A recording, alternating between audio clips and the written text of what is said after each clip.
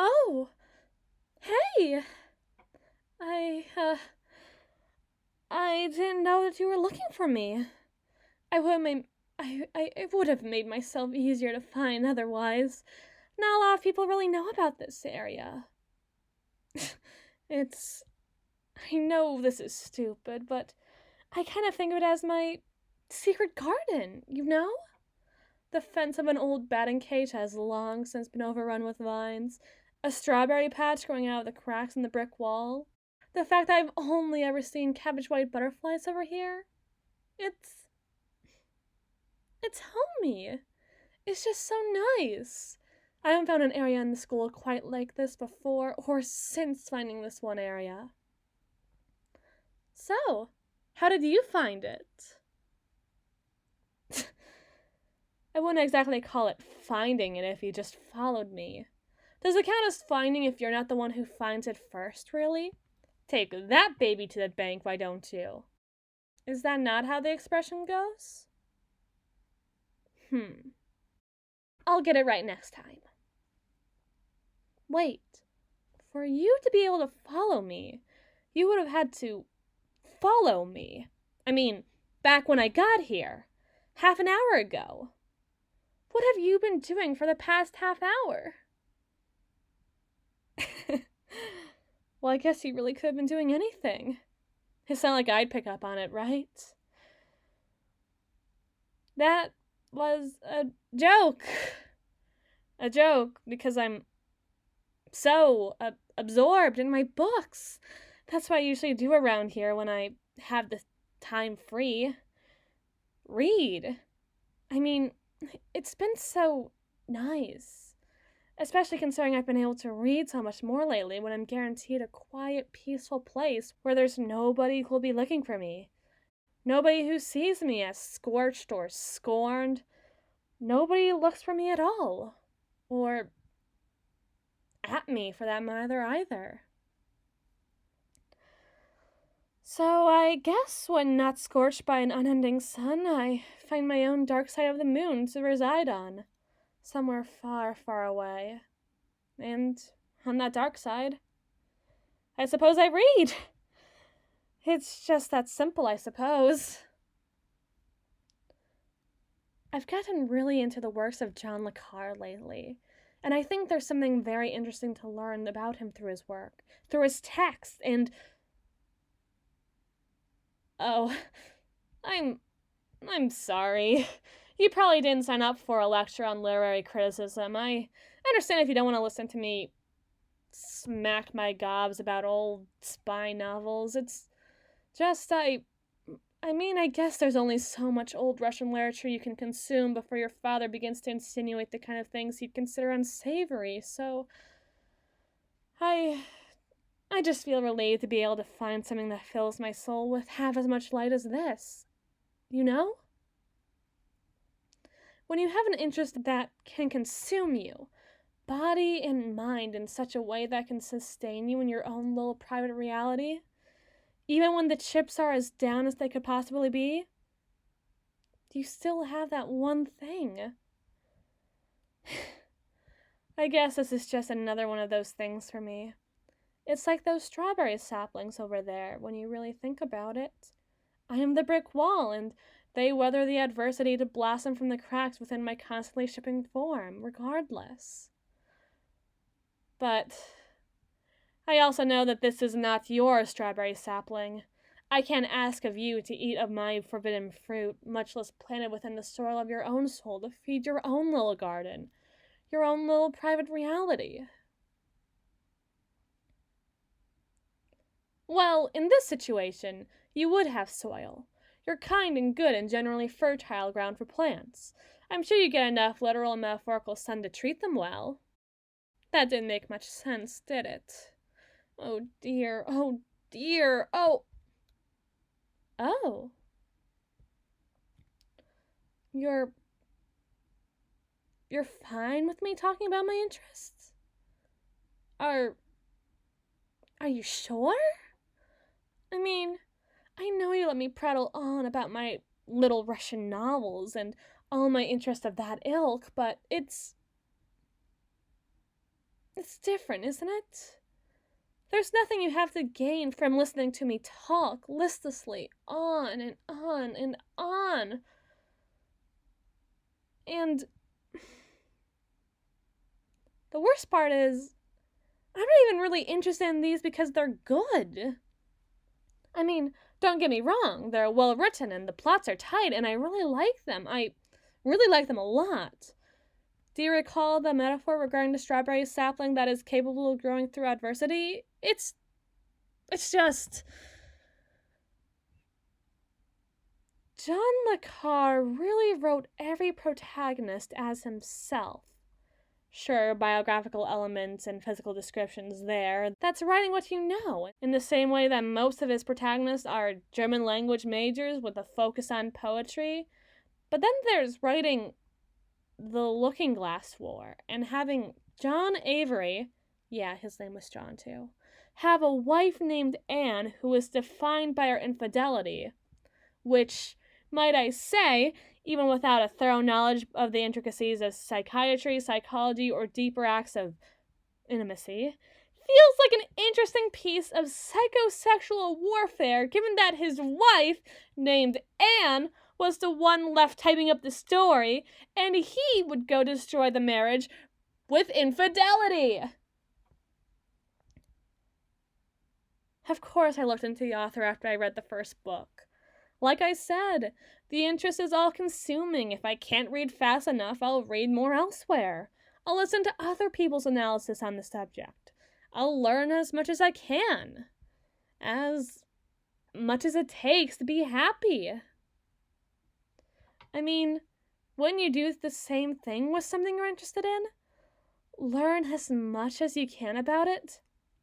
Whenever you can, because with knowledge comes...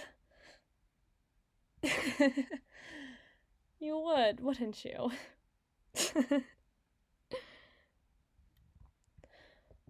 But the big thing with the aforementioned self-insertism, as I mentioned before, is that John le Carré, how would you say it? Sucks and he knows it. He's effeminate and emasculated, and the issue lies within the way he consistently shames himself for this. It's not that he's feminine, it's that he's constantly languishing over the way he is, and the way he is perceived. He is ashamed of the way he is, and he's just as ashamed for his upper-class status and posh mannerisms as well.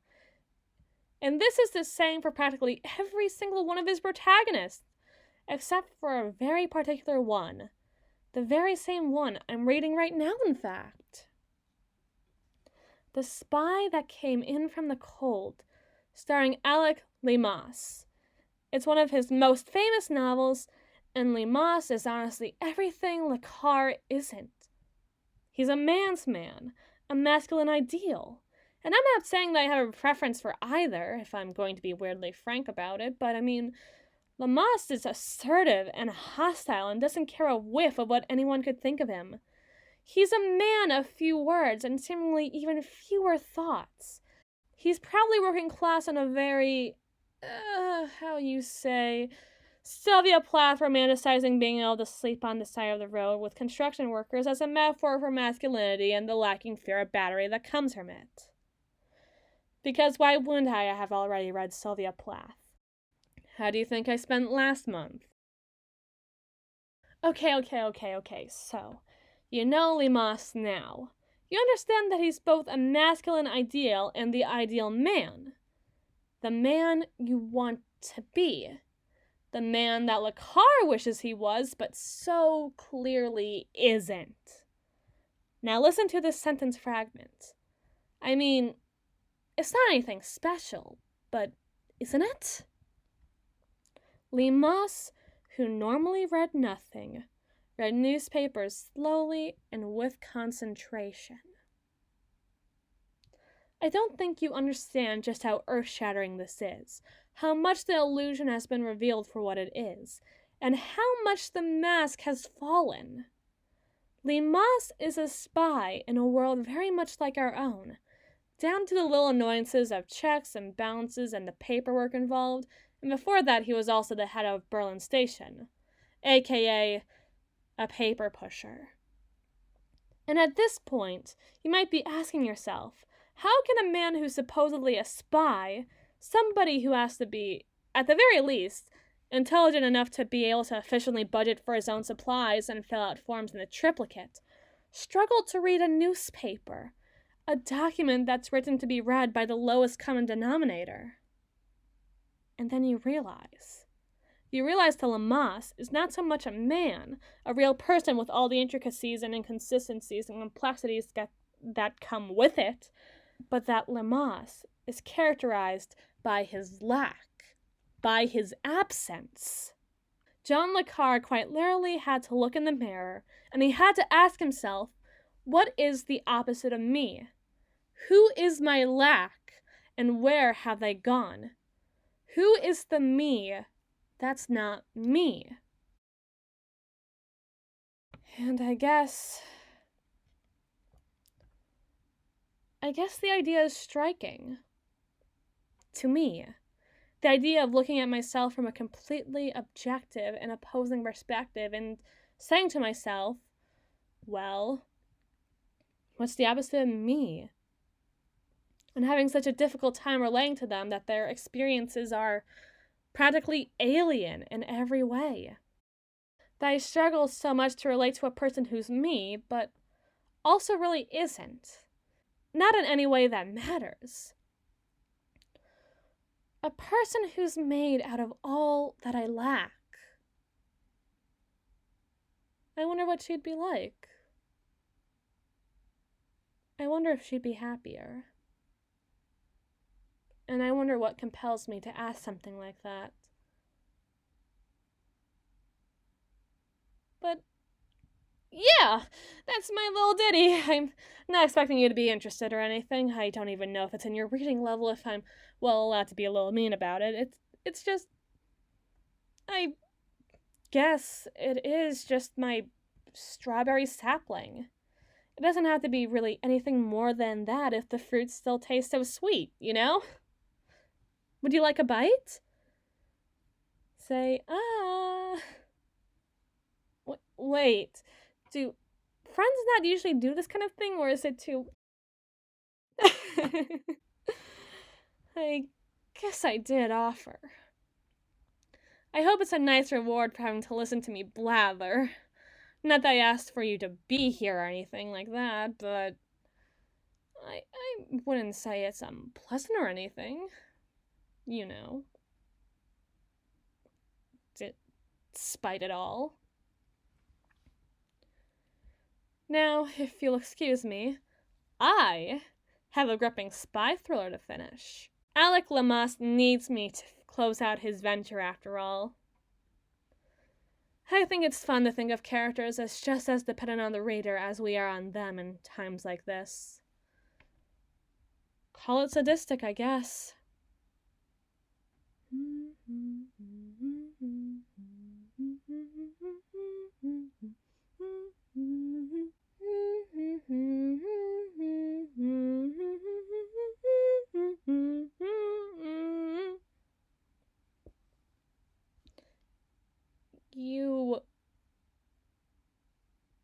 You want me to read aloud to you? I'm not gonna start over for you. I'm sorry, I'm too far in to throw it away. But if you really are all right with it, well, just don't get mad at me if I get too stuttery, okay? I always get a little stuttery if I'm reading aloud or you're too close. Don't be mean and scooch in. I don't want to be too loud. It'll scare away the butterflies. Okay? Chapter 7.